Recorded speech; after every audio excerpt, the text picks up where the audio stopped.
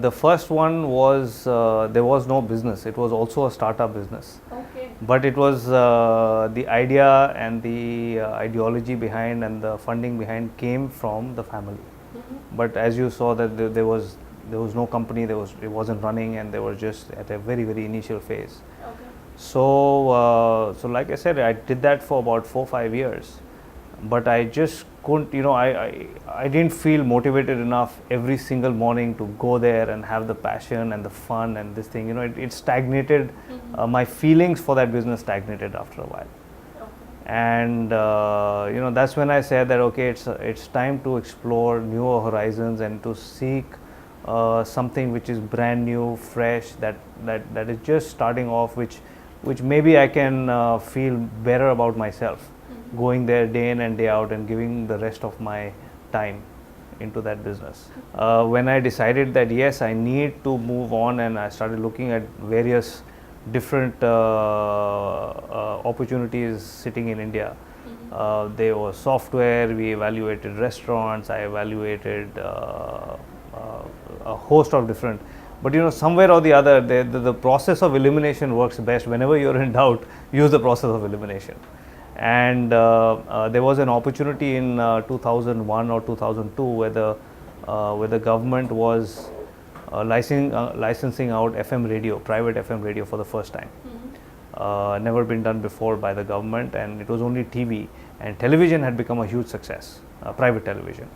So I guess just went for a gut feel. I had nothing, didn't even know what a radio, apart from what we hear. I didn't know anything beyond that, what's on the other side.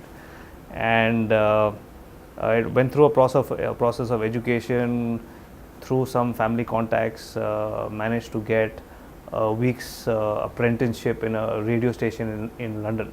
Okay. So went there, spent a week there learning and just how to spell these different antennas and things like that, and started from there. Then went back to a couple of trade shows for the industry. It was a big process of educating myself before I went in. And that time, since we didn't have a huge amount of capital to keep hiring expensive consultants and things, that was the only way which I saw, was to educate myself and then start the business, and then slowly hire more and more people as the business progressed from there on. Right now what we do is we do engineering consultancy.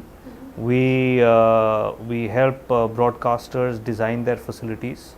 By broadcasters I mean anybody in the television stations, people who run TV channels, people who run radio channels, DTH operators, cable TV operators. So we provide technology and solutions for them to get them on air. That's what we do. And slowly we've branched out of India, and that's been a brilliant experience. We are already doing business in Bangladesh, Nepal, and we are starting in the UAE now. And it's a very niche market which is there, which is probably why we are looking at going out of the country now also with our solutions. Okay. In India, we've got very good engineering capabilities, much better than what they have overseas. And the technology doesn't lie. So what we have done now is we are using all the engineers that we have in India, but we are sourcing the technology from overseas. Okay. And that's the business model. Turnover of this engineering company is about 45 crores right now. Within our group, we are at about 200 crores because we've got other business verticals as well apart from Falcon Technologies. We are into restaurant business. We are into chemicals business, where we have joint ventures with 50-50 joint venture with the Italian manufacturer. We are into airport modernization. We've done a lot of work with Terminal 3 in Delhi. Okay. Basically, all our activities are around import of technology, all these items. It is a huge concern, which is one of the motivations for us to also venture outside, because unfortunately, with the RBI norms, the rupee is only partially convertible, so we can't trade in dollars.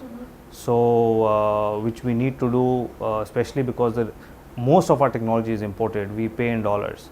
and we sell in rupees. So it's a big challenge for us. Yeah, last 1.5 years has been a big challenge. EO has been a passion for me, and I've been a member for about 9 years. And what it has done to me in terms of my thought process is just streamlined it. Earlier, it's helped me understand my own limitations, and it's helped me understand what my passions are through a process of learning from other people. And not only has that helped me grow in a personal domain, it has helped me hugely in my business through contacts, or even something like establishing a company overseas. If you ever need to do that, there are about 100+ chapters across the world, and once you connect with another EO member, it just becomes like family. So they'll do whatever they can in their power to connect you, to the open doors, connect you, or whatever that. So it's a massive passion for me, and it's contributed a lot to my life.